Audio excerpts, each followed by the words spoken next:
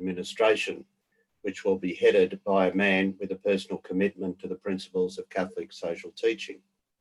I'm Brian Lawrence, President of the Australian Cardijn Institute, the host of this webinar. I also begin this webinar by acknowledging the traditional Indigenous custodians of the lands throughout Australia on which we meet. I acknowledge our gratitude that we share these lands today, our sorrow for the costs of that sharing, and our hope that we can move in unity to an Australia that is fair and just for all its Indigenous people. Conscious of these matters and the need to transform the world in which we live, we pray, Lord Jesus, fill us with your spirit of love, help us to see the world as you do, to judge with your heart, and to act with the strength and courage that you have shown us as we work to transform our world. Our speaker today is Patrick Carolan, a lifelong US-based Catholic activist living in Washington, DC. He is the son of Irish immigrants who came to America in 1950. Until the end of 2019, Patrick served for 9 years as the executive director of the Franciscan Action Network and co-founded the Global Catholic Climate Movement. Previously, Patrick served as president of the Public Employee Union. In 2020, Patrick served as Director of Catholic Outreach for Vote Common Good and was a leader in organising the Catholics for Biden campaign. Patrick is a frequent contributor to Catholic journals such as St. Anthony's Messenger, National Catholic Reporter and Novena News. This webinar will cover the issues that united and divided Catholics in the US 2020 presidential campaign, how they might play out in the next 4 years, and whether Catholic social teaching can have a significant impact on US political processes. Underlying these aspects is the more general issue, also relevant in Australia, of the connection between Catholic social teaching and the political process. Can Catholic social teaching move the political dial? Thank you, Patrick, for making your time available for this webinar. We look forward to your presentation. I should add that Patrick is a cousin of Christine Carolan, who is well known to many of us. Christine is the National Executive Officer of ACRAF, which is the acronym for Australian Catholic Religious Against Trafficking in Humans. Our plan is that Patrick will speak for about 25 minutes and questions will follow, taking the webinar to 1 hour or so. Some questions have already been submitted and the online chat will be available for further questions during the webinar. As you've been advised, the webinar will be recorded. If you don't want your video to be recorded, turn off your video link and mute yourself. Our webinar controller is Stefan Gigas, the Secretary of the Australian Cardijn Institute. So with those words of introduction, Patrick, I'll throw to you from Sydney over to you in Washington. Thank you. Thank you, Brian, and thank you very much for inviting me to be here this evening for me. It's afternoon for some of you. It's also evening for some of you, because I took the liberty of inviting some of my friends from the United States to also be part of this webinar. You know, I am Irish, and Irish people are very welcoming and very open. And we tend to, when we get invited to a party, we tend to invite all of our other friends to come to the same party. So I just took that liberty and invited some of my friends. So I'm glad they're here. Part of the reason I did that also, though, was, you know, I thought it would be helpful for us to have a discussion, not just for me to talk and answer questions, but to really have a discussion with folks in the United States and folks in Australia about how we can start to collaborate and work together. As Brian mentioned, I'm a Catholic activist in the United States. I've been an activist most of my life. My activism started out when I was in high school, and I was part of anti-Vietnam War protests. And as he said, most recently, I've been working for an organization called Vote Common Good, doing Catholic outreach, and for the Biden campaign on helping to organize Catholics for Biden. Brian also mentioned that I'm one of the co-founders of the Global Catholic Climate Movement, which your organization is a part of. It would be negligent of me not to give a shout out to another fellow Australian of yours, who some of you may know, Jackie Redmond. Jackie was the executive director of Earth Care, Australia Earth Care, and she was one of the co-founders with me. Jackie and I actually met in New York at the People's Climate March. We were both invited to a symposium a couple of days before the People's Climate March. It happened, I don't know, about 7 or 8 years ago. And, you know, we attended the sessions and listened to the speeches, but like good Catholics, we met at the bar and started talking to each other. And you know, we struck up a conversation, and then for a few weeks after that, we got back in touch with some others and started doing Skype calls. It was a Tuesday morning for me. It was 6 a.m. for me, 9 p.m. for Jackie. We had a gentleman from Kenya, somebody from Argentina, a couple of others, the Philippines. And we all came together and we decided we needed to create a Catholic climate movement, a global Catholic. We needed to work together to talk about how we can really have influence with Catholics on climate change.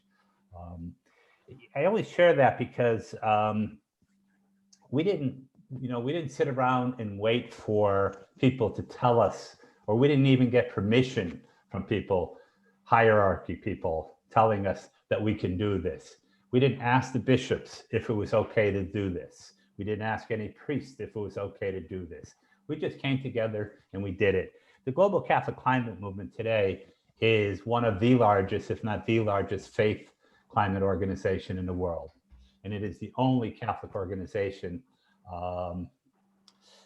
international Catholic organization around climate that brings Catholics from all over the globe together. And so, you know, Pope Francis in Laudato Si talked about how it only takes a few people with hope to change the world. I would add just a couple of changes to what he said there, because it takes a few people with hope and the courage to act to bring the change in the world that we need. And so if we're not going to have the courage to step up and act, then change will never happen.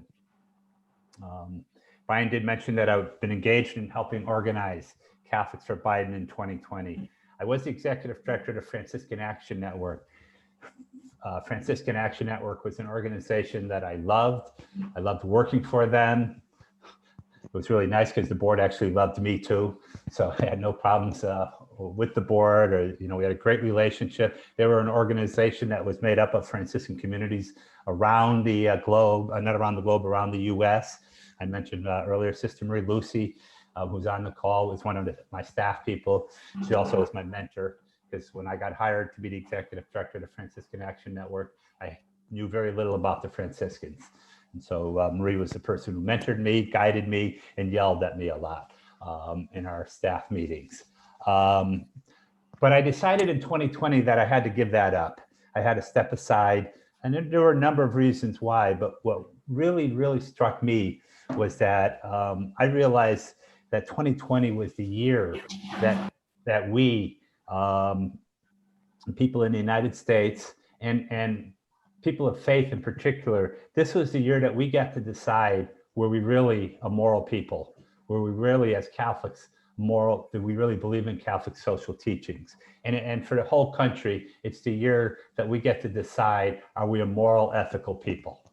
And we got to decide that based on who we voted for in 2020 election.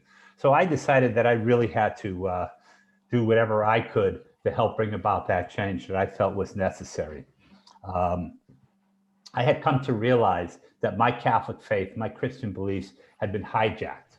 They'd been hijacked by people that were promoting a message of hatred, a message of fear.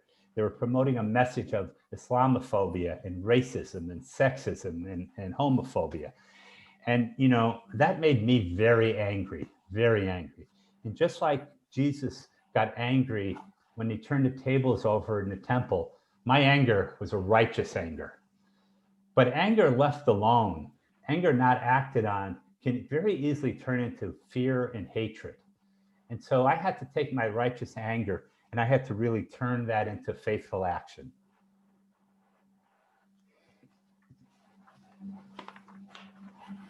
And so, you know, I left and I joined this group, Vote Common Good. Vote Common Good was an organization that was started in 2018 by white evangelicals.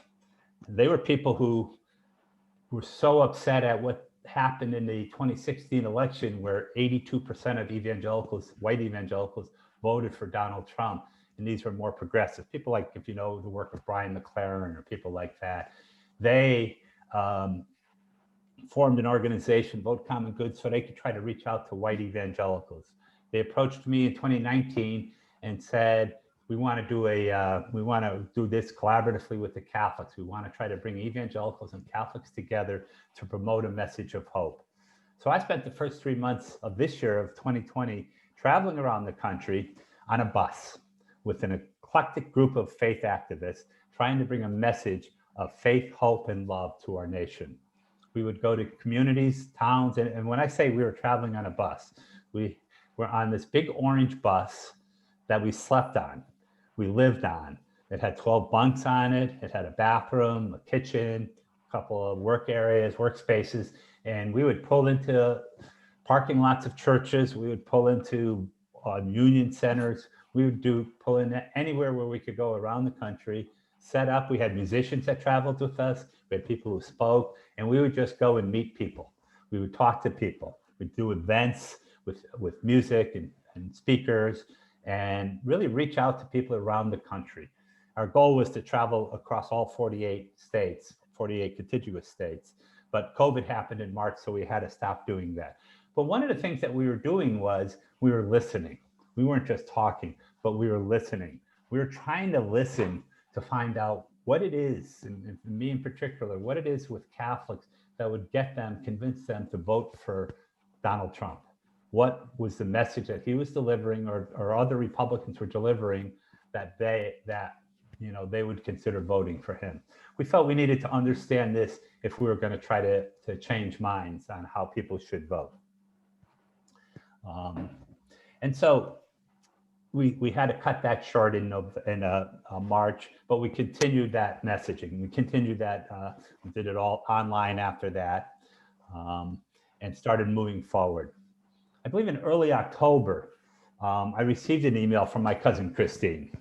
And Christine had sent me an email, and she said to try to remember and to remind the voters in the United States that when they're voting in November, they're not just electing a president of the United States, they're electing a global leader, a world leader.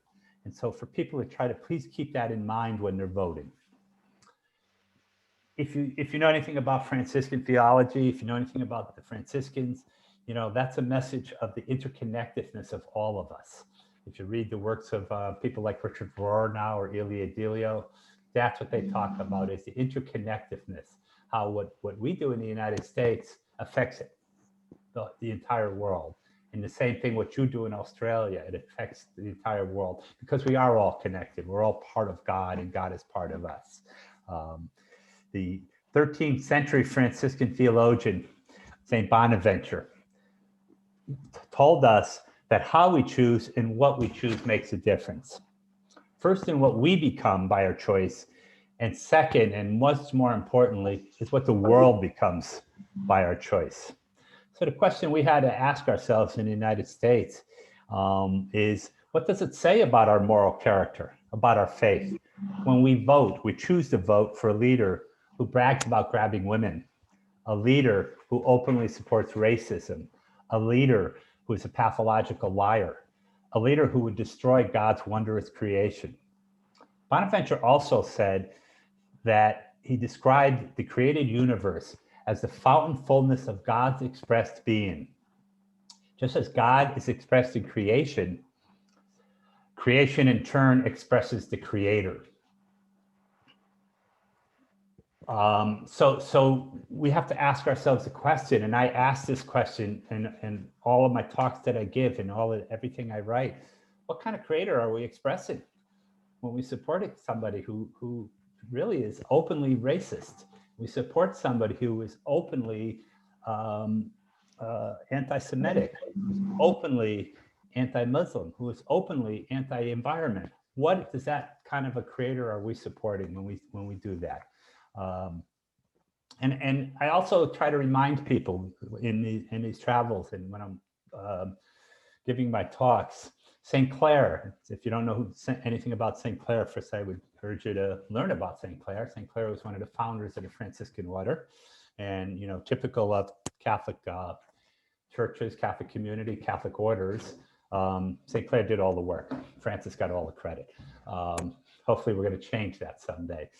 But St. Clair reminds us that we should be the image of Christ.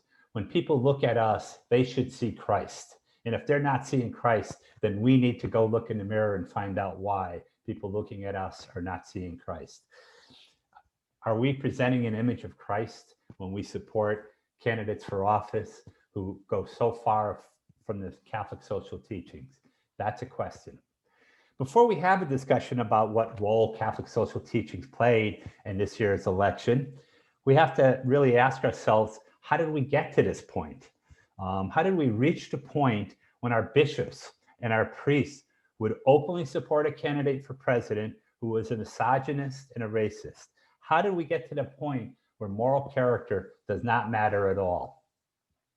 So in the US in the early 20th century, social justice had been a key part of Catholic teachings and action.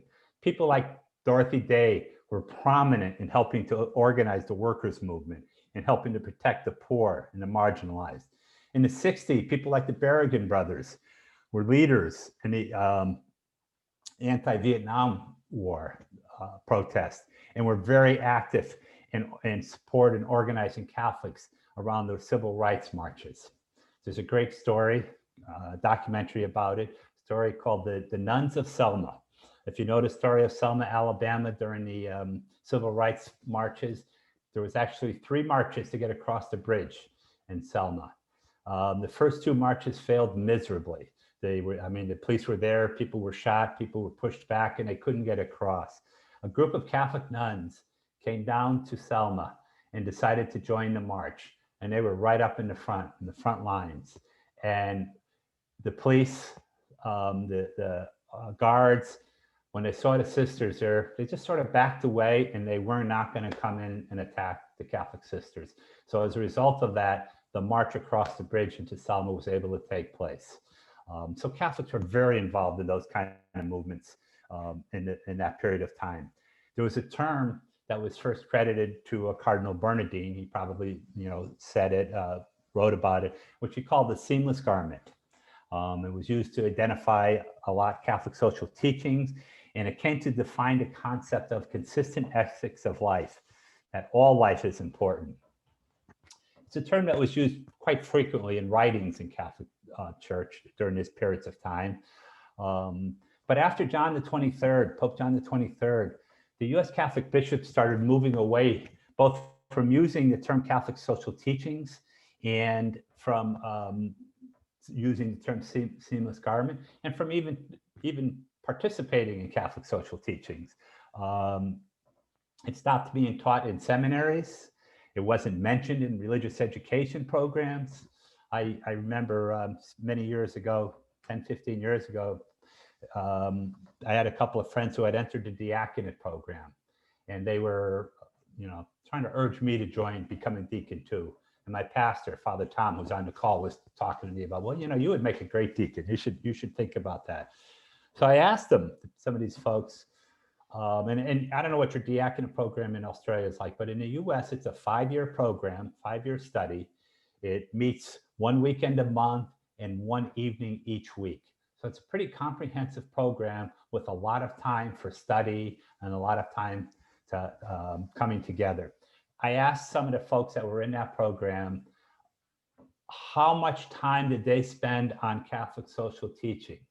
During that 5 years of study, how much time was spent on Catholic social teachings?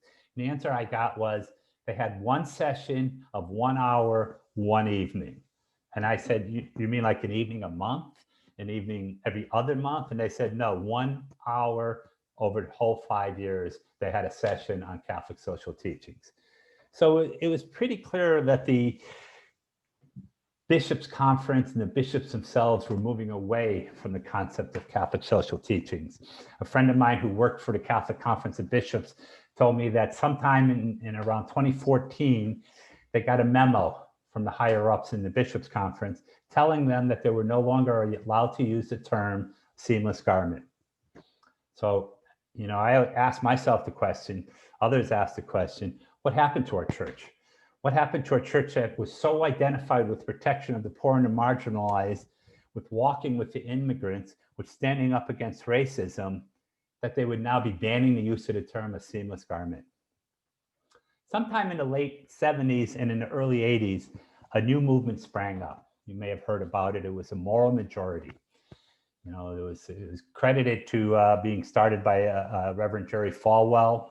It was a movement of white evangelicals, and their goal was to create a political power base for white evangelicals. Prior to this, white evangelicals weren't really that political. They didn't spend a lot of time on politics. They actually thought they shouldn't be working on politics. But the moral majority really pushed, and they were credited with helping Ronald Reagan get elected in 1980. And it saw a big shift in 1980, both within that community, but also in the white Catholic community, of moving away from supporting the Democrats and moving towards supporting more of the Republicans. Interesting thing about the moral majority movement, and this is where the whole right to life movement came out of, was this. Interesting thing about it, it really wasn't started by Jerry Falwell. It was started by some very wealthy political operatives and very conservative, some political operatives and very conservative, wealthy Republicans who understood the importance of faith in people voting and understood how powerful faith community could be in determining the outcomes of the election. So they put up people like Jerry Falwell to start this moral majority, and they funded it, they hired people, they did all that because they knew the importance of it. While they were doing that, they also understood the importance of the Catholic vote in these areas.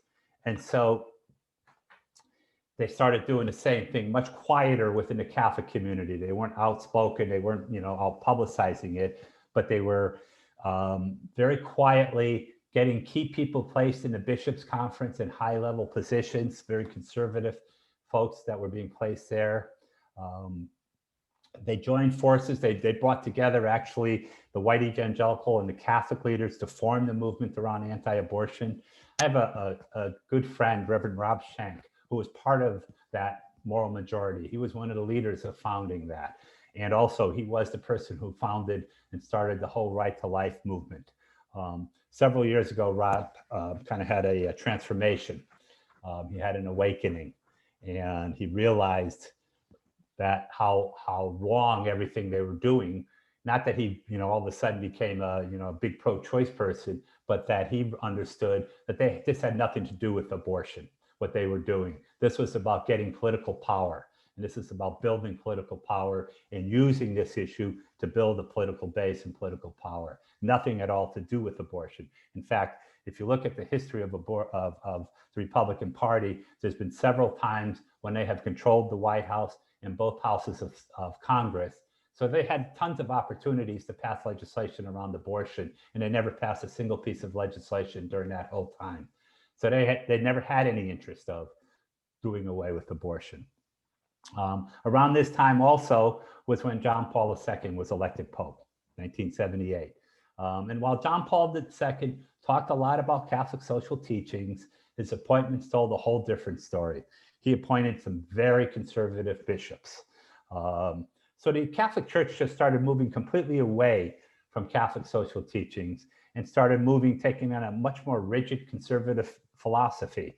And they started talking about the only issues that were important were abortion and same-sex marriage. That were the only two issues that mattered. You know, they had a few others in there, but it was, you know, things like euthanasia and stuff like that. It was all centered around that. Immigration, climate, none of that was important. And then in 2000, the year 2000, Carl Anderson was elected the leader of the Knights of Columbus. I don't know what you know about the Knights of Columbus, but they were formed as an organization to protect and help immigrants by a Father Jim McGreevy in New Haven, Connecticut. Mostly it was Italian and Irish immigrants. This is at the turn of the century, the turn of the 20th century, and he organized and started this group. The Knights of Columbus have since grown and become one of the wealthiest Catholic organizations in the world, one of the absolute wealthiest. Carl Anderson was a Republican operative. He had worked for Ronald Reagan. He getting elected as the leader of the Knights of Columbus was part of the strategy to get key Republican operatives into positions of power in these Catholic organizations to help control that vote. He got elected and started funneling Knights of Columbus money into very conservative causes. And, you know, it was really kind of interesting when I went down to Washington, D.C. to take over as the executive director of FAN. One of the key issues for FAN was immigration and refugees. And I went to a meeting at the Bishops' Conference. There was a whole group of Catholic leaders from different organizations that worked together on immigration. And we were talking about how we can reach out to Republican members of Congress, Catholics, around the issue of immigration. And I said, well, every one of these Catholic Republican members of Congress is a member of the Knights of Columbus. Bishop Laurie, who I worked for when I lived in Connecticut, Bishop Laurie was the chaplain for the Knights of Columbus. Why don't we ask, and you know, every month the Knights of Columbus came out with a magazine with a column in it from Bishop Laurie. Why don't we ask Bishop Laurie to write an article, a column, use one of his columns to talk about immigration and the church's policies around welcoming the stranger? And I was told absolutely not, that would be inappropriate to do that, to ask to do that. So that, you know, kind of give you a good idea of where the Catholic Church was going. And then in 2010, Cardinal Dolan, you probably heard of, those of you in Australia may have heard of Cardinal Dolan. Cardinal Dolan was elected as the president of the U.S. Catholic Conference of Bishops. Now, this is important because it was an unprecedented departure from the USCCB's normal tradition of electing their president and vice president. What would always happen up until this point is they would really only be electing a vice president of the Bishops' Conference. The person who was in the role of vice president would then move into the presidency. They would have to have a vote, but it was always pro forma. This person, you knew when you were voting for the vice president that in 2 years that person was taking over as the president. All of a sudden, Cardinal Dolan steps in and gets elected president. He wasn't the vice president, completely broke tradition. That wasn't accidental. That was planned. It was intentional. It was to get somebody in that role that the conservatives could work with and trusted, and so that they could then turn the Bishops' Conference into a wing of the Republican Party. That this is very clear. You know, we have, it's interesting to me. We have two Catholic leaders who were speakers of our state, our House of Representatives, Paul Ryan and Nancy Pelosi. They were both speakers at different times. Nancy Pelosi, a Democrat, Paul Ryan, a Republican. They both talked about their Catholic faith and how much it influenced what they did and how they voted. They both talked about their positions being in line with Catholic social teachings. And their positions were so diametrically opposite of each other that they couldn't both be. Yet here you had two Catholic leaders talking about that. We had, as some of you may remember, when Obama got in as president, he got the Affordable Health Care passed. It was very controversial because the Catholic Church at first really had strong objections because of abortion, the issue of abortion, and was that in. I know people that were part of the meeting, both from the bishop's side and from the Obama administration side. They came together, they met, they talked about it. They put in restrictions on paying for abortions in the bill. They made sure that the Hyde Amendment was part of the bill so that no money could be used for abortions. And the bishops sat there at that meeting and said, this was good. That's what they were looking for. And then a week later, they turned around and opposed the Affordable Health Care Act and strenuously worked to defeat the Affordable Health Care Act. Again, it was because of the influence of the Republican leaders in that conference. And then the last thing on that I'll talk about, and then I'll move on, is I have friends who are Republican members staff members in the House. And, you know, periodically I would get together with them for a beer. And they told me a couple of years ago, they said, you know, we understand that we can do anything we want on all of these issues. We can say anything. We could cut every program for the poor out as long as we don't support abortion and gay marriage. We also know, and we know that the bishops won't ever say anything against us. They'll issue a statement with a wink. You know, they'll tell us privately, we're going to say this to make it look good, but you know, you're good. Don't worry about it. And they said, and we also know that no matter what the Democrats do or say, they're never going to get the Bishops' Conference to say something good about them. It doesn't matter.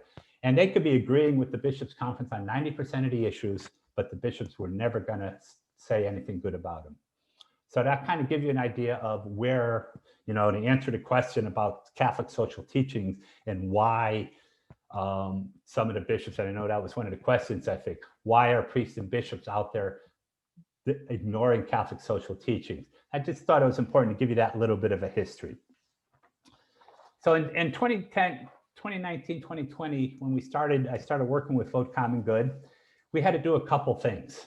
First thing we had to do was we had to take a, you know, look at where we could put our resources, what were the key states that we needed to be working in. And then we had to look at what would our messaging be around that. And so, you know, we identified key states. And again, just to go back a step, if you look at states like Pennsylvania, Wisconsin, Michigan, as I mentioned, these were traditional Democratic strongholds. They had gone Democrat almost every election. And then in 2016, they flipped and voted for Donald Trump. And so just to give you an example of that, in 2012, in Pennsylvania, there are 20 largest Catholic counties, the 20 counties that have the most Catholics in them, and Obama carried 12 of those counties.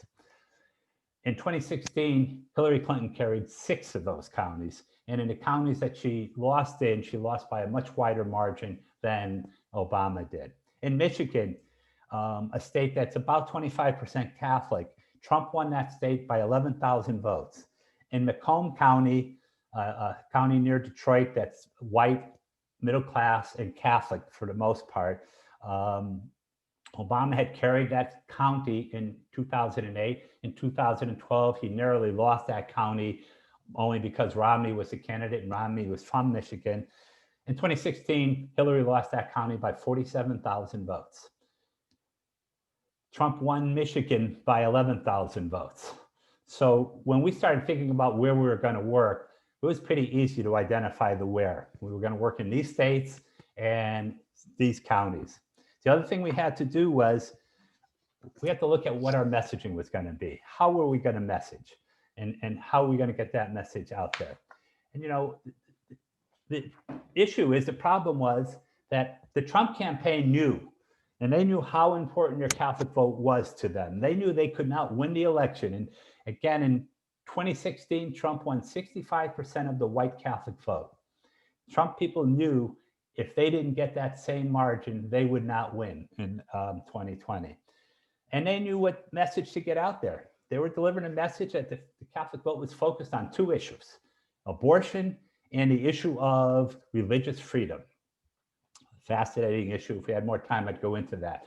But their entire message was centered on convincing Catholic voters that these were the only 2 issues that your vote can be based on. And the Catholics in these areas, in all areas, were hearing this, not just in the Trump campaign, but they were hearing it at the pulpit from their priests in their homilies. They were hearing it from bishops who were writing about this. So we understood that we first had to find a way to give people permission to not vote for Donald Trump. When we started out, we weren't supporting Joe Biden because there was no, the primaries were still going on. We were just supporting to get people not to vote for Trump. So we had to first get people permission, let people feel that they had permission. It was okay. They weren't going to go to hell if they didn't vote for Donald Trump, despite what some of the bishops and priests said to them. It was not a mortal sin.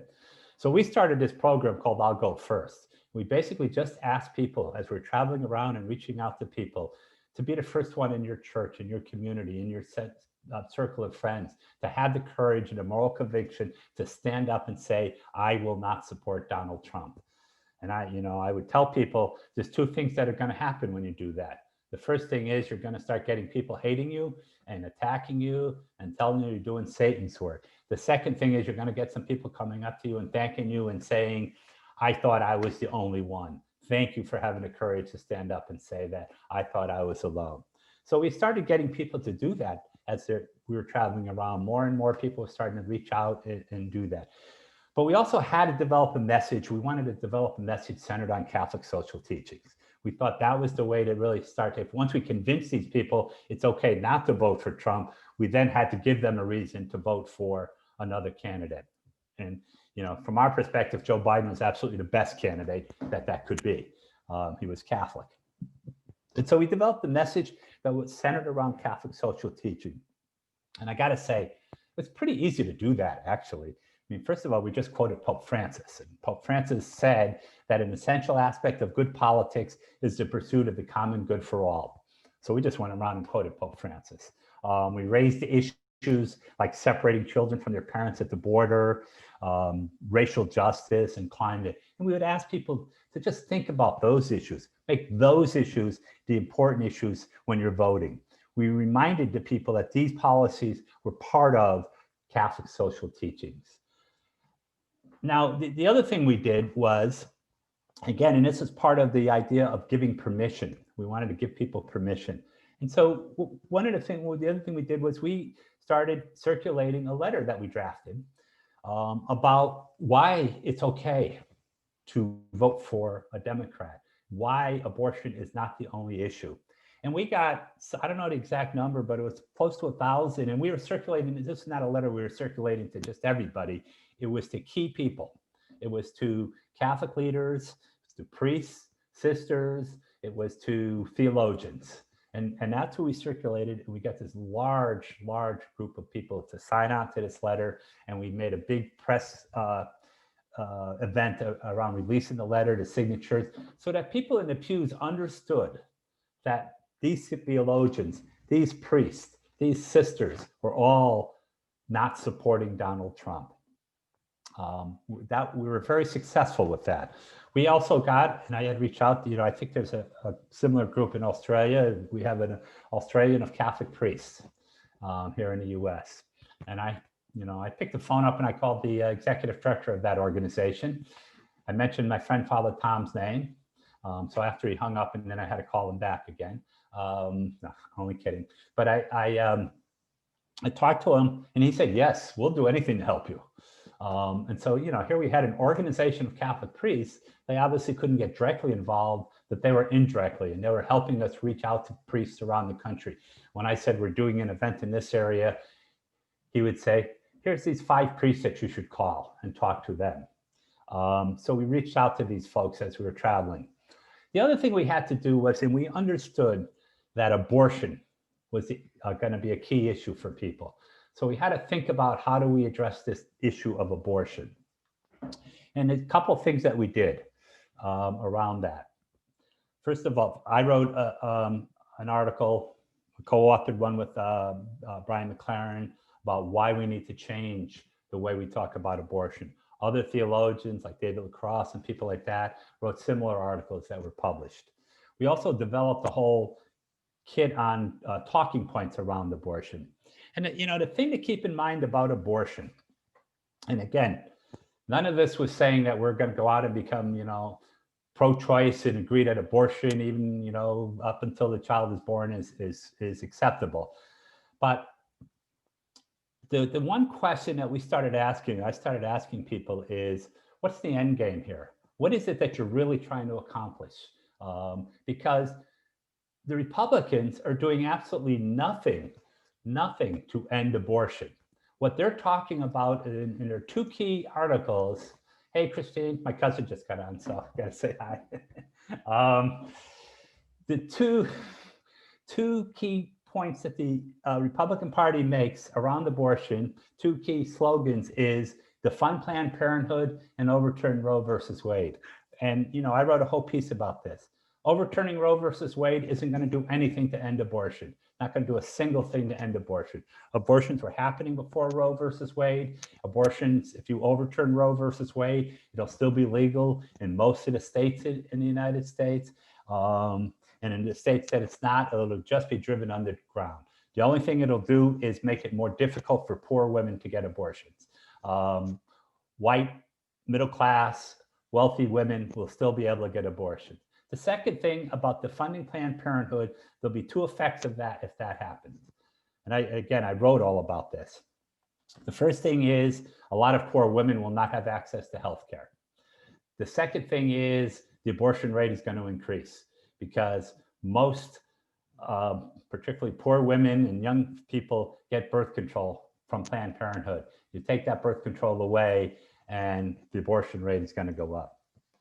So we presented those as the arguments. The other argument we talked about was, if you look at the abortion rate in the United States, probably purely coincidental, it's gone down when the Democrats have been in power. And when the Republicans take over in power, the abortion rate increases. So if you really want to reduce the number of abortions, if you really believe this is a critical issue, an important issue, then you should be supporting the Democrats, because under Democratic administration, the abortion rate goes down. So we didn't shy away from talking about it. It's one of the issues with the Democratic Party. One of the problems they have is they don't want to talk about abortion. We actually developed a whole training program for people who are running for office on how to talk about abortion. We developed talking points that we sent out to people all around the country, both people running for office, but also Catholic leaders, on how to talk about the issue of abortion. And not to shy away from the issue, but to really talk about this is what it really means. And let's all work together to end abortion. Let's not talk about it as we're just going to criminalize and demonize it. There was another organization that we worked closely with, Network. You may be familiar with them. They're the ones that did Nuns on the Bus. Everybody knows them as Nuns on the Bus, Simone Campbell. And they put together a scorecard that we used.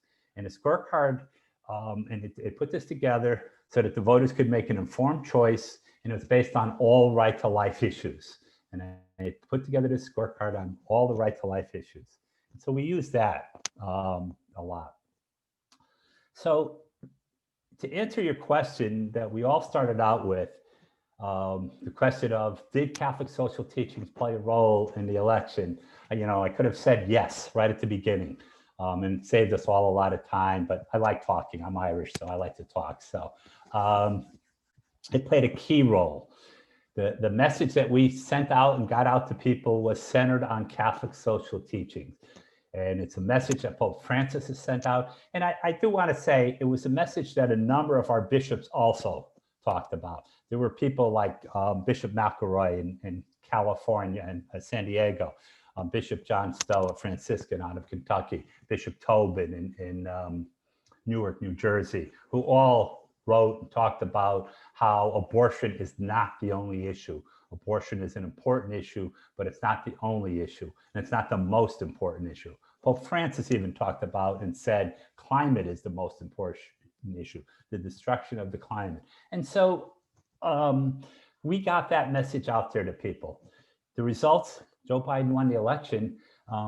Just looking at preliminary data, we obviously don't have all the data right now, but I think what the numbers I've seen are that about 53% of white Catholics voted for Donald Trump.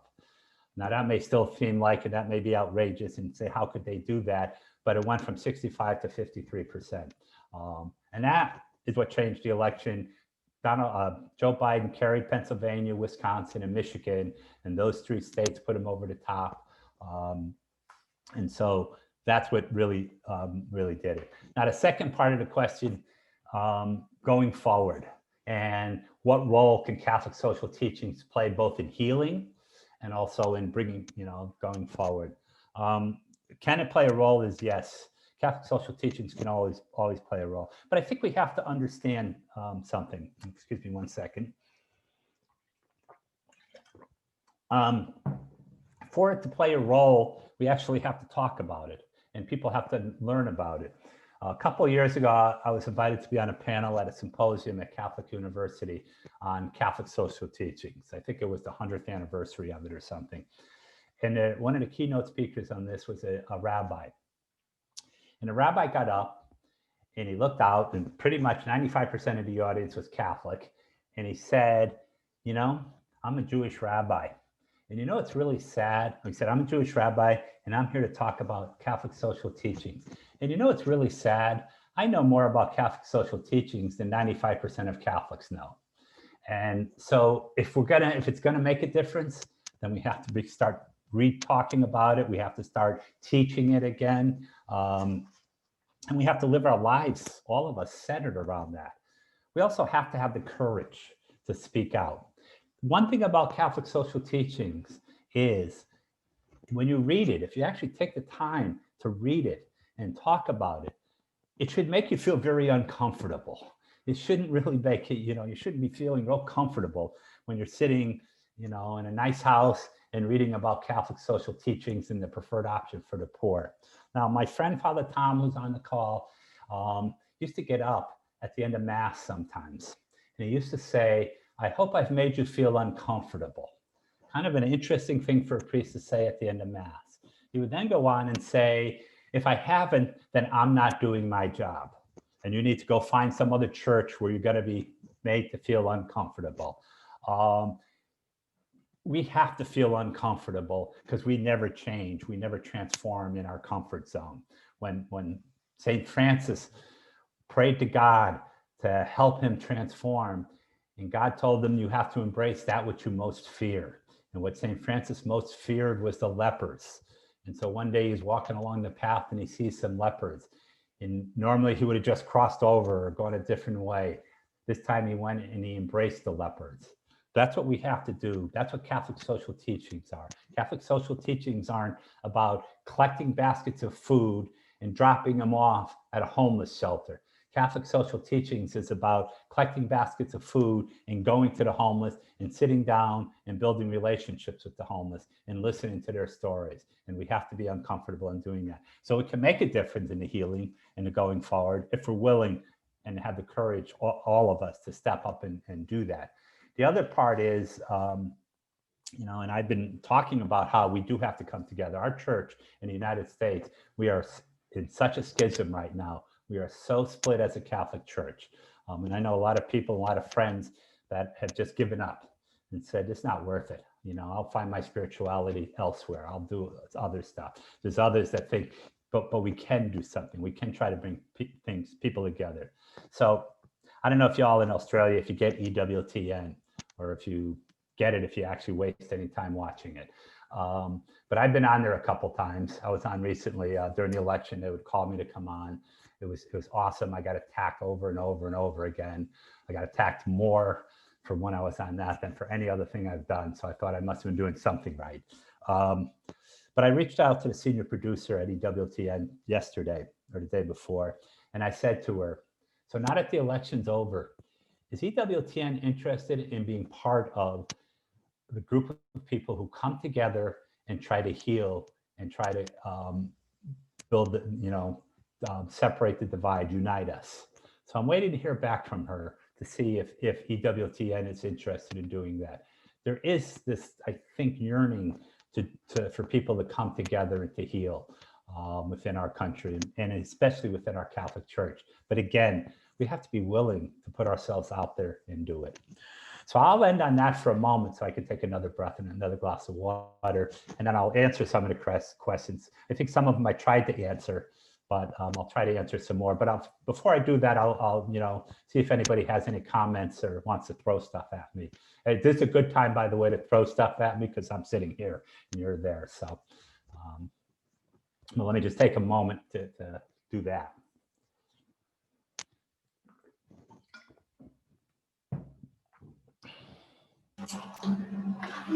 Thank you very much, Patrick. Stefan, have you got the questions that were lodged earlier? I actually have them. Stefan sent them to me, so I can go through them. All right. Well, Patrick, we'll leave it to you to go through the questions and in whichever order you would prefer.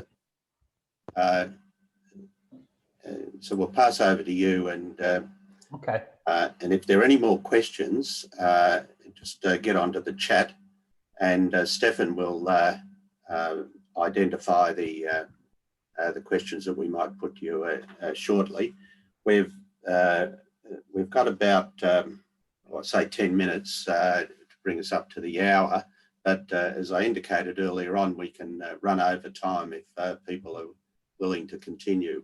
It's been And I'm good with very interesting presentation, and there are a lot of questions obviously around. And I am interested. I'm willing to stay longer, so that you know, that's fine. Okay. I already poured my glass of wine, so I have that ready for me. So okay, but, well, over to you, Patrick. I'll mute myself.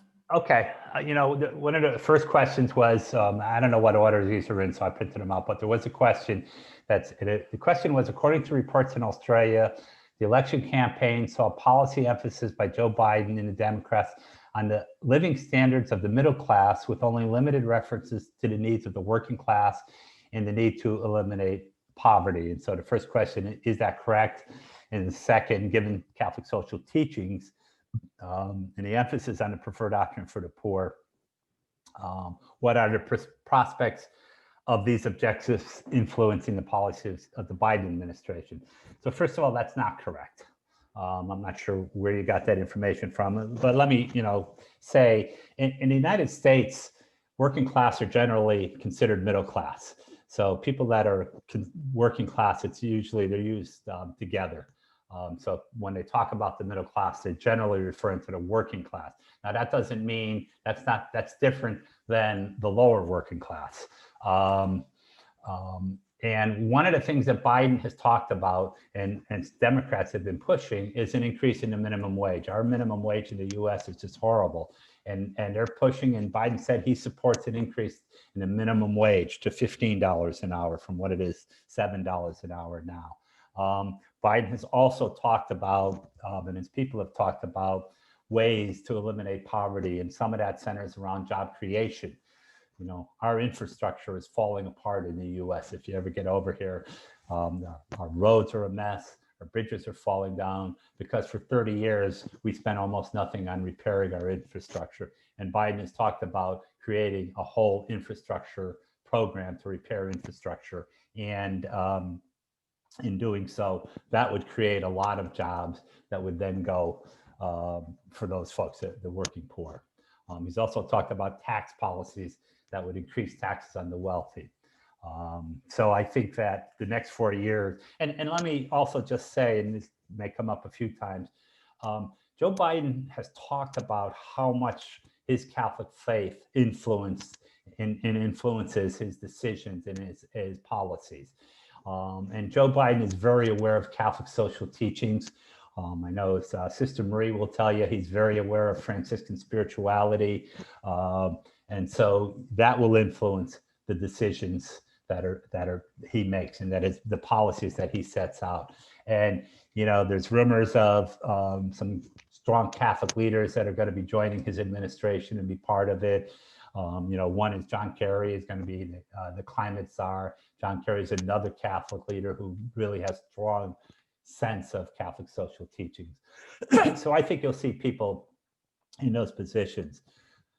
The opposite of that, I mean, the other side of that is our Catholic bishops in the US have already come out and attacked Joe Biden. He's not even sworn in yet, and they started attacking him already and going after him. So you'll see that schism getting even wider when some of the bishops just don't even give him a chance before he's even sworn in, they're going after him. So the next question is, not if the Biden-Harris team are forming their administration, what can citizens and global fellow travelers like ourselves do to heal the divide in the US? Pray, pray, pray. But after prayer, because prayer without action doesn't really accomplish anything. I think, you know, a lot of how we're going to heal the divide is to sit and listen to each other. And we have to learn to do that. If y'all have relatives in the US, you know, talk to them about this. Listen, you know, talk to them. Try to understand, try to hear what they're saying, but don't be afraid to confront them in a peaceful way. one of the other things we did was we developed a project, a program which includes a working book on, we called it Let's Have a Family Discussion. And it's there's a whole teaching guide on how to have a discussion with your family members around this divide. Happy to share that with anybody if they're interested in it. But that's kind of the stuff we have to do, is have these kind of discussions, those of us in the US with each other, but even in your country, and I'm sure you have the same divide there in Australia that we have here. So start having those kind of discussions. Another question was, given the complexity of the modern world, why do you think issues like reproductive rights or LGBT rights have become so much more important? You know, part of that is money. They get lots of money from right-wing organizations to do this. There's a ton of money that goes into the Right to Life campaign. There's a ton of money that goes into the Catholic Conference of Bishops to support that Right to Life campaign, so it can be a political wedge for Catholic voters. And, you know, it has nothing to do with the issues. It has to do with the amount of money that they get to support these issues going forward. And part of it also, though, is who, and again, you know, I credit John Paul II with this, not in a good way, who they put into office. Who were the bishops that they appointed that are very conservative, very right-wing, and how they, you know, they've allowed over the years these bishops to just do whatever they want, whereas bishops that might be a little more progressive, and not just bishops, this goes with theologians, teachers, how that is, you know, proceeds for the more progressive side than for the conservative side. It's an issue that's sort of, you know, changing a little bit, I think, as we go forward, but particularly on the LGBT, that's becoming much more. There's, you know, people like Jim Martin that are writing about it and speaking about it, and others, Catholic leaders that are talking about it, you know, gingerly talking about it, not really saying, oh yeah, we support that, but talking about how we have to respect people and things like that. Interesting thing about the whole issue of gay marriage, and this gets back to the thing I raised earlier about the whole issue of the Catholic Church being attacked and religious freedom. So several years ago, there was a case winding its way through our courts it was filed by, I believe it was the United Church of Christ in North Carolina. And they filed a case that said that their teachings say that everybody has a right and should be part of their sacraments and partake in their sacraments and their rituals. And that includes the sacrament of marriage. And so to deny a gay couple the right to be married in their church was a violation of their religious freedom. That case was winding its way. The Supreme Court ruled against denial of gay marriage, so the course was moot. There's a part of me that was hoping that case would go forward, because I'd love to hear the Bishops' Conference, who talks so much about religious freedom, what they would have said about religious freedom in that case. And the other thing on religious freedom is, in 1840, there was a Catholic bishop in South Carolina, John England, and he wrote letters to the Secretary of State about slavery. In it, he said that slavery is part of Catholic teachings. So to deny slavery, to do away with slavery, would be a violation of our religious freedom. So I'm always telling people to be cautious when you talk about religious freedom. Next question. Many of us in Australia have been bewildered by the fact that anyone valuing Catholic social teaching could promote the candidacy of Donald Trump. Yes, so were we. And so I don't have an answer to that question. I have family members who fall into that. I have some friends. I don't understand that at all, but it's happening. And we just have to try to figure out ways to reach out to those people and move forward. You talked, I'm sorry. Oh, sorry, I was just going to say, I saw Wayne's got a question as well. Oh, Wayne, okay. do you want to ask your question, Wayne? unmute yourself, Wayne? You need to unmute, I think.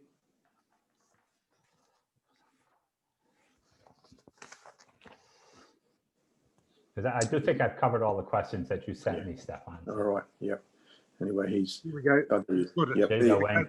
Patrick, one of the things I watched all of the networks, but mainly a lot, especially PBS, which seem to give the fairest coverage. The things that confuse me: America has 17 million homeless, 50 million people who live on or below the poverty line, and 1.5 million people in prison. Yet the Cuban Americans in Miami and the young black Negro men voted for Trump. And I'm really confused because they rejected socialism. I don't understand why these people who are the losers if you don't have a universal healthcare system and a safety net for the poor, which we'd see on both sides of politics here as normal, what's their problem? Well, let me just a couple things on that. First of all, let me correct you that black men did not vote for Trump. The vast majority of, but there were some. There was young black men. Young black men didn't vote for Trump either. There was, I have a son who's young black male, and he didn't vote for Trump. There was a small percentage that did, and he certainly got a little larger percentage than he got in 2016. But the vast majority of the African American population voted for Joe Biden. So, and I can't answer the question why. I mean, there were a number of folks from the LGBT community that voted for Trump, and that goes to why did Catholics vote for Trump? Why did anyone vote for Trump? In terms of the Cuban population, they've been traditionally Republican.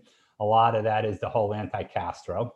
The interesting thing there is as the next generation is coming up, they're becoming more liberal than they were. But it's not just those two populations. You can go to a state like Kentucky, which has or Mississippi, which is the poorest state in the nation, has the highest premature birth rates. It has one of the highest infant mortality rates. And yet they voted overwhelmingly for Trump. They voted against implementing the Affordable Health Care Act in their state. So I have no idea why people vote against their own self-interest. It's one of the things we tried to say to people. Vote your own self-interest. If you don't care about the common good, just think of your own self-interest. But, it befuddles me why that happened. I can't answer that question. I wish I could, because then I'd be a genius. But it did happen. You're absolutely right. People voted against their own self-interest. Yeah, discarding the nationalists and the racists and so on, a vast bulk of the 70 million who voted for Trump were people like who vote for Pauline Hanson here will be someone similar. And this was basically the group of people that from Roosevelt, FDR through to Lyndon Johnson voted Democrat. Yeah. And basically the reason the analysis, except the universal analysis, is that the Democrats after, even with Jimmy Carter, who I regard as a great president, basically the Democrats as a party walked away from them. And that's why they didn't vote for Hillary last time, that they seem more interested in the upper end of the elite rather than the ordinary working class and lower middle class person. Is that, how correct is that? Let me say this. It's correct that that's what some people thought. It's not correct that happened. In fact, if you look at the policies of both parties, the policy of the Republican Party have given huge tax cuts to the wealthy, huge tax cuts to corporations. They've cut programs to help the middle class and the poor. So a lot of it was, that's what people say, but a lot of it was not. A lot of it was racism. Even going back to why people voted for Ronald Reagan over, I even forgot who he ran against it back then in 1980. I guess it was Jimmy Carter. But a lot of it goes back to racism and to the systematic racism that we have in this country. And, it keeps going on. And for a lot of white people, even and particularly poor white people, I mean, you could ask the question, why in the Civil War were poor whites who never owned a slave and would never own a slave, why would they go fight for the South? Why would they go fight to keep slavery when it's not something that helped them at all? And there's a lot of that racism that still exists in our country. So a lot of it was centered around that. Some of it, though, was the Democrats' fault. The Democrats were terrible at their messaging. They kind of ignored those working class people in Pennsylvania and Michigan and Ohio. They just completely, forgot to pay attention to them. The other thing the Democratic Party did was they kind of felt that faith wasn't important, and they didn't want to relate to faith. They didn't want to talk about faith. I mean, I've had discussions with people in office who are among the most faithful people, Catholics, Episcopalians, whatnot, who are Democrats. And I say, why don't you talk about that on the campaign trail? And they would say, oh, we don't think that's appropriate to talk about that. The Republicans understood the importance of faith to people. And so there was a message being sent out there that the Catholics were anti-faith. And not the Catholics, the Democrats are anti-faith. They were anti-Catholics. And that message was getting through to people in those areas. And then, so there were a lot of reasons. And I know Barbara Americano had posted a book that talks about a lot of those reasons, why that shift happened from Jimmy Carter to Ronald Reagan, from the Democrats to the Republicans, starting in 1980. And it even goes back before that to 68 when Richard Nixon. And again, a lot of it was around the civil rights movement and that, the Southern Democrats who all switched to become Republicans. I see David Maloney's got a couple of questions there, which are in the chat. David, do you want to speak about that? Unmute. Oh yeah, thanks, Stephen. Thanks very much, Patrick. Look, just the Catholic Labour Network. They put out, they send, we get their material. They put out some wonderful stuff. Become engaged in real issues, and I wonder if they have it much traction there, or are they mainly around Chicago? There's nothing around, nothing equivalent in Australia, which seems to be a pity. And they also seem to have kind of be cousins, if not directly derived from the grandchildren of the Cardijn movement as well, perhaps. Mm-hmm. The answer is yes, they're a wonderful organization. I do a lot of work with them. In fact, I invited, there's a guy, Joe McCartan, who's a theologian at Catholic University, who heads up a Catholic Labor Center at Georgetown University. I invited him to be on tonight, but he couldn't make it. He's trying to restart. There was a whole movement called the Interfaith Workers' Justice. They fell apart. Joe McCartan's trying to restart that and trying to reconnect. For a while, there was a strong connection between labor and Catholics.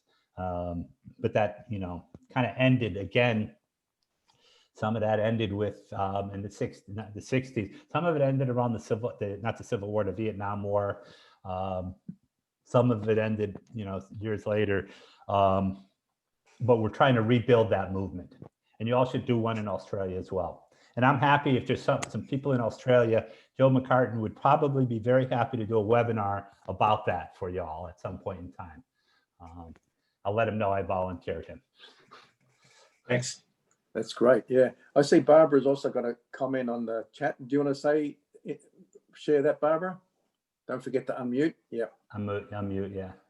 Oh, I was just talking about Isabel Wilkerson's book called Caste, which was really, to me, an eye-opener in so many ways. And she really gets into explaining why so many working class Americans who would best benefit from democratic policy voted for Trump. And as Patrick said, a lot of it has to do with, well, she calls it the caste system. We can call it racism. That, and really Obama sort of launched that, because this idea that a Black American could be in the White House, or, if you just watch television, you see so many, well-educated, smart, effective African Americans who are taking on leadership roles. And for a certain percentage of the white population, they just can't handle that because they see it as being displaced. Mm-hmm. And she says it way better than I can paraphrase or even summarize, but an excellent, excellent book. I wanted to second that, Pat. And I, when you read it, all of a sudden you see the underlying rhythm and movement. And, if you're talking about symptoms, it doesn't get you anywhere. But if you begin to see, yeah, maybe we have a caste system in America, even though we declare to be a democratic society, we still have a caste system, and the caste system, the ones on top, the dominant caste, the ones there, they are being threatened. So as long as they're being threatened, they're going to. Trump spoke to that big time. Yeah, played on the He fear. played on that huge. And you know, one of the things that I think we really have to break open over and above the political difficulty of Mussolini and Hitler.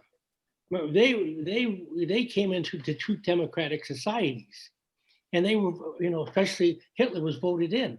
So I think we have to begin to understand, why do people somehow take upon a personality, and say, you know, I'm afraid, or I got to scapegoat some people, or we got to keep people on the low.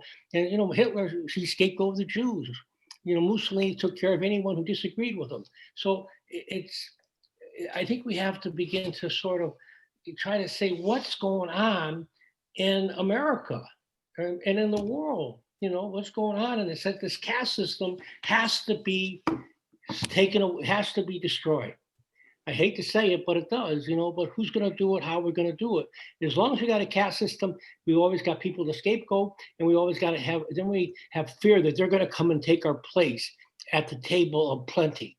And I just, I think we have to go much deeper on that piece. But Pat, you did a great job tonight. I'm proud of you. Yeah, and let me just say thank you. That we have to go much deeper, because what we have to do is really look at our own Catholic theology around this. Yeah. You know, some of you may know what's Gustavo Gutierrez. Gustavo Gutierrez is considered the founder and the leader of the Catholic liberation movement. He's a priest from South America. And he once said that before we ever talk about the preferred option for the poor, we have to talk about our Catholic theology that allows the preferred option for the poor. And what about our Catholic theology? And you know, we have others who have talked about that. So we really have to think about, and when you talk about a caste system, you know, our theology is based on a caste system of white males being at the top, and then just work its way down from there.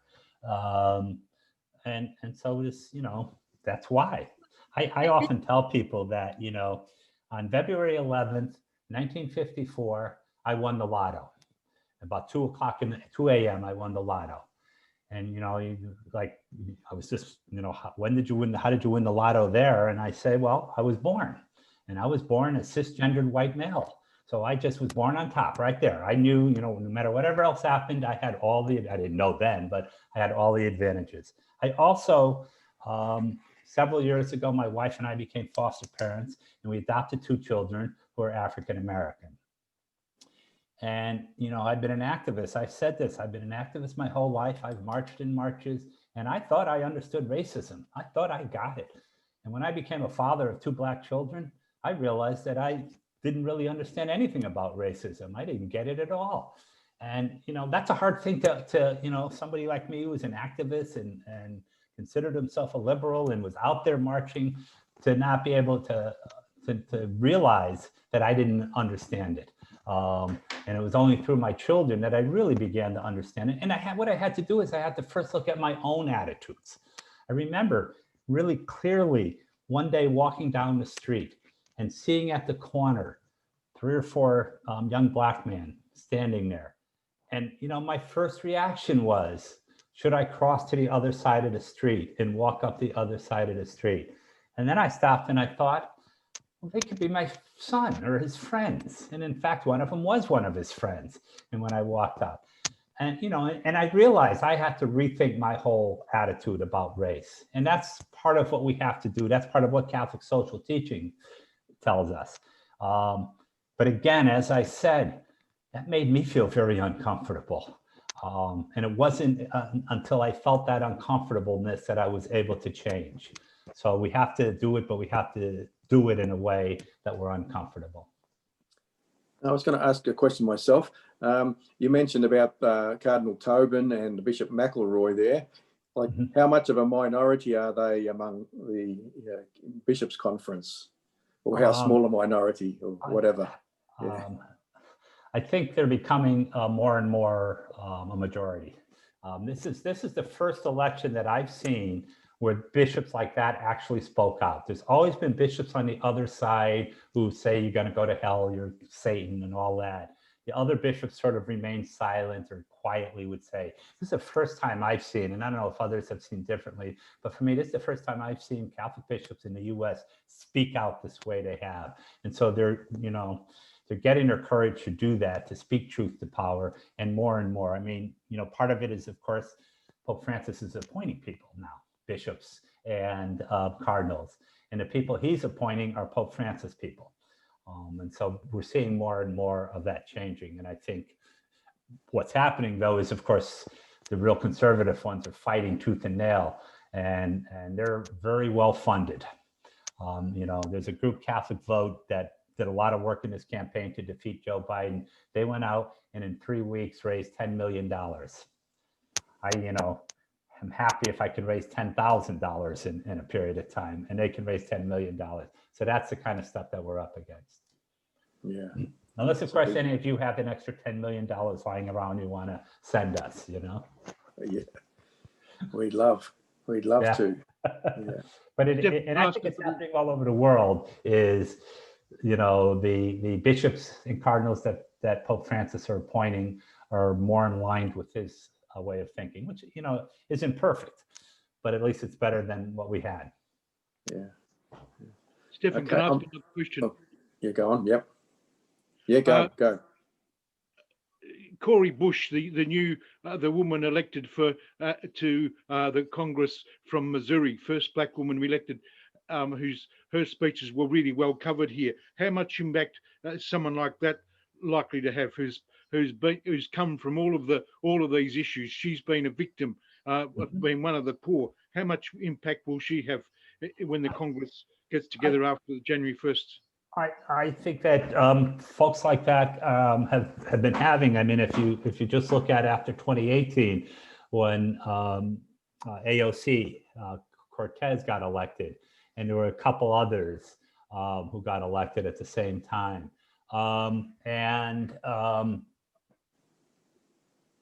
they had a huge impact.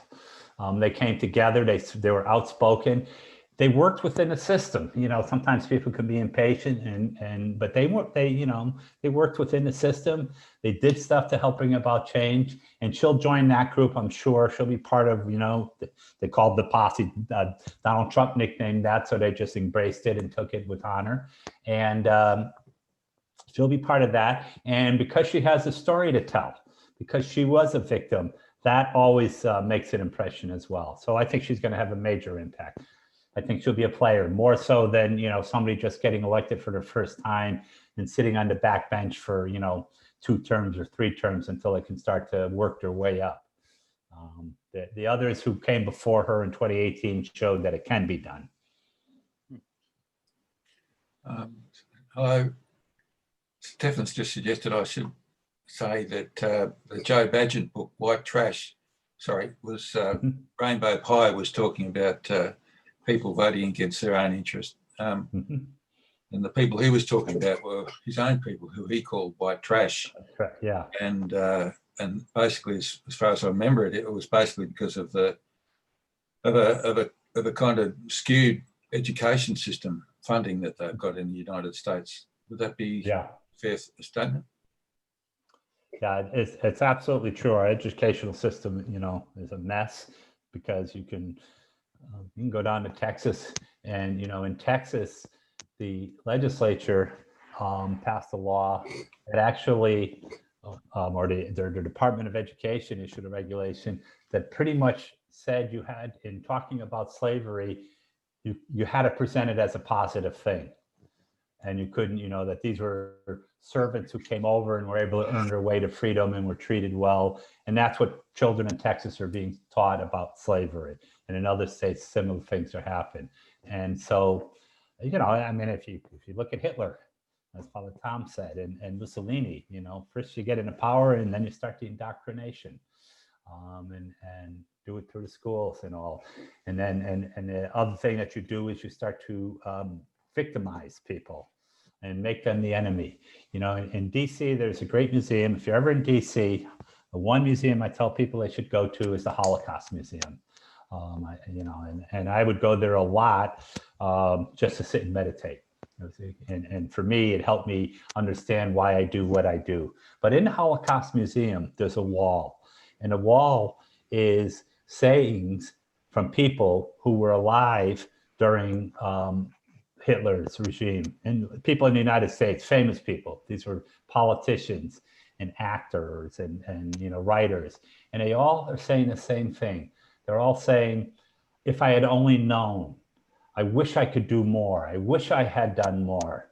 And so I tell people, and it says it there, I pray that there's never a wall, a museum about stuff that has happened and your name's not up there that says, I wish I could have done more.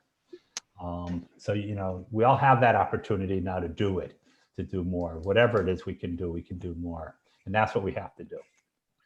I should just add as a postscript that Badger came to Australia and he said that it was good to be in a country where you didn't have to sell your house if you got cancer. Yeah, yeah. I mean, you know, that's the irony of a lot of these poor people voting for Trump is, you know, they can't afford health care. They get paid minimum wage for jobs they're doing. Coal miners are dying from black lung disease, and yet they're, you know, they're supporting Trump. So people vote against their own self-interest, not for the common good, but for some other, you know. And again, part of it is, if I'm better than you, if I'm one step on, one rung on the ladder above you, then at least I'm not at the bottom of the ladder, you know. And you know, in our country, in the United States, black women are at the bottom of the ladder, and then, you know, black men, and then white women, and then white men. And so if I'm a white man, at least I'm not at the bottom of the ladder. I may not be at the top, and but at least there's people below me, so I can feel good about myself. A lot of it is around that. Cool. Yeah, just wondering, is there anybody else that's got any comments or would like to jump into the conversation here? Mark is raising his hand. Yeah. Oh. Did somebody raise their hand? Sorry, I didn't see. I think Mark did. Oh, okay, Mark. Yep, go. Hi, Patrick. Thank you very much for your talk. I must say that I was very impressed with the election. I know that there was you know, a lot of really difficult conversations and inappropriate language and backwards and forwards. But I remember near the end, they were boarding up shops and this kind of stuff, expecting some huge, great violence. From here in Adelaide, it looks as though the American people were massively engaged in the election, and I understand that there was a big turnout, you know, to vote. And I haven't seen massive violence. It seems to me every time I look at the news internationally, everybody's on the street, you know, really physically, violently ripping into each other all over the world. It doesn't look like that, you know, from what I've seen of this election. So that seems to be good. I am concerned, however, about I don't know if I'm using the right term here. My political correctness isn't great sometimes, but the whole thing about fake news, you know, this thing about fake news, if it's happening, concerns me, that it's okay to lie or to have a mistruth, because as a voter, you know, you don't know what to base your vote on. So let me take the second part first, and then I'll comment on the first part. But you're right, fake news, and you know, all the Trump people think that all of the other media is fake news. I mean, Trump was really good at getting that message out there that anybody who spoke against him, it was fake news.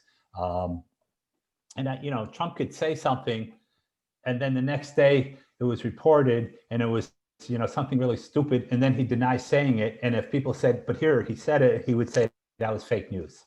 And he's still doing that.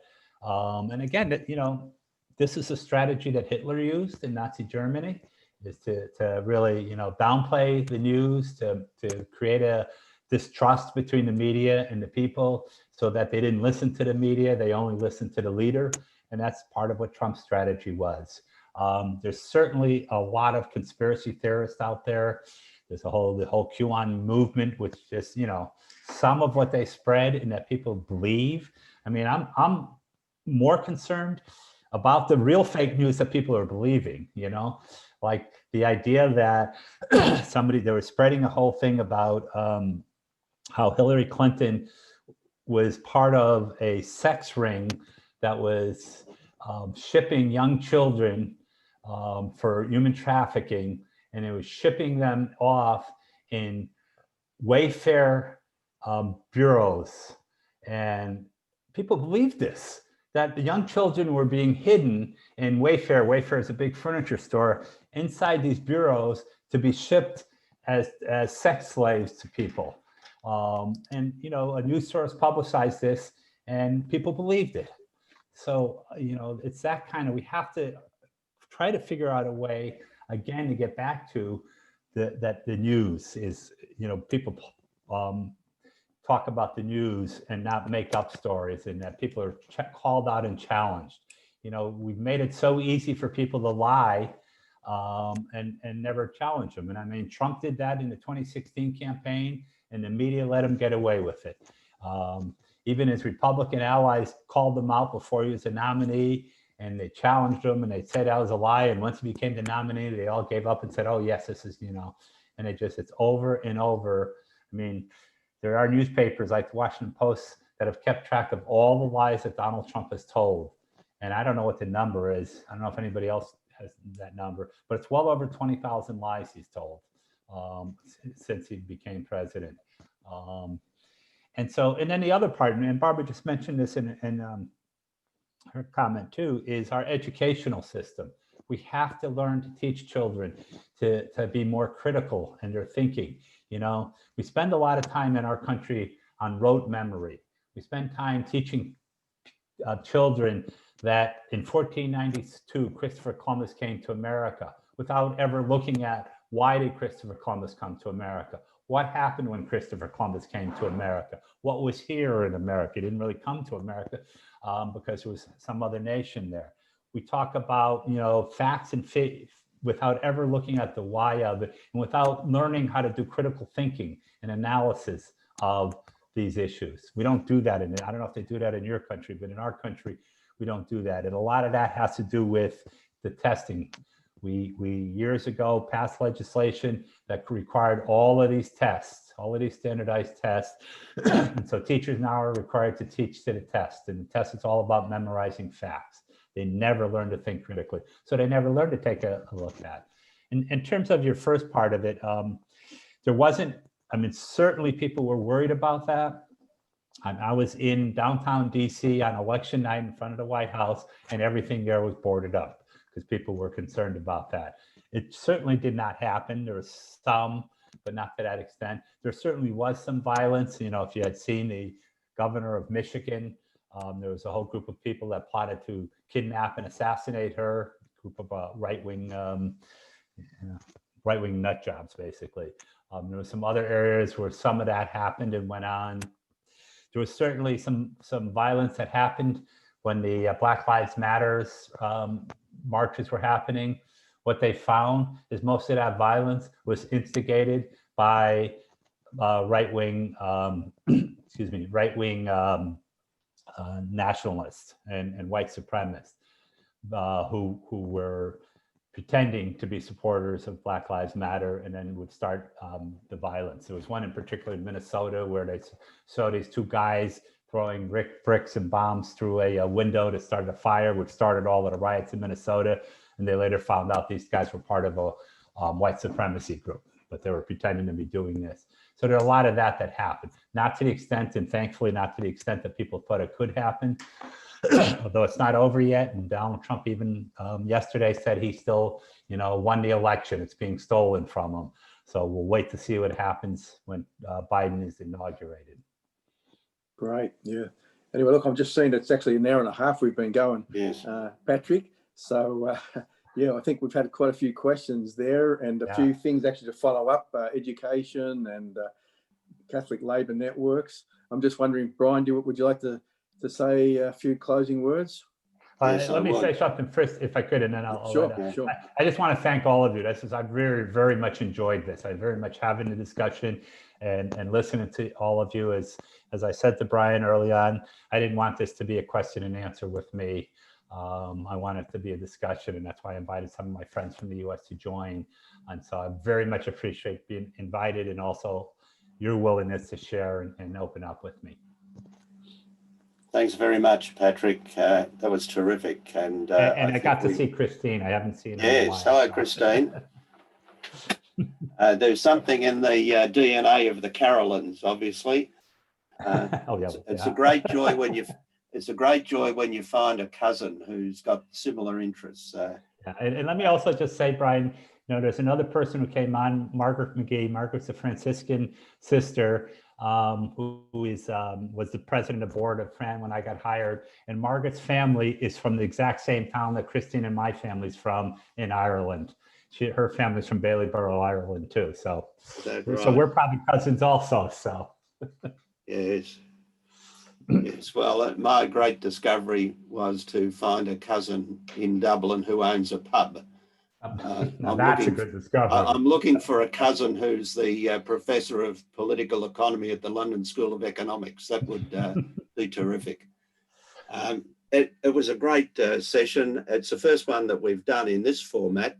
It's for us on the east coast of Australia, apart from Queensland, which hasn't got daylight saving. It's a lunchtime webinar. It's probably a good time for us. Whether it's a good time for you in the States is another thing, but it was really a very interesting session for all of us, I think. And you've touched on, Patrick, perhaps the next topic, and that might be to do something on Labor and the work of the Labor Catholic Network. But I think that'll have to wait until maybe February. So thanks again, Patrick, for your presentation and the time that you've put into this. And I'll go back to you, Stefan, just to conclude the day. Yeah. Yep. Well, yeah, I can only add my thanks. And thanks, Patrick, and thanks to everybody from different parts of the world. Yeah, so it's still a learning experience for us, all this webinars business. So it has been recorded, and we don't have a lot of technical skills among us to do much editing. But what I will do is once it's downloaded, I'll let you know the link, and at least you can watch it and share it among your networks. And if we find the means to sort of professionalize the video, well, we might look into that too. But at least we've got the record ourselves of the webinar. So anyway, thanks everybody, and hope to see you at the next one. And Thanksgiving, I think it's still Thanksgiving over there in the US, isn't it today, isn't it? Or just Black Friday? What? I don't know. You might want to go and do some shopping. I'm not sure. Yeah, but thank you, everybody. See you later. Okay, thanks everyone. Thank you. Thank you, Patrick. Bye. Thank you.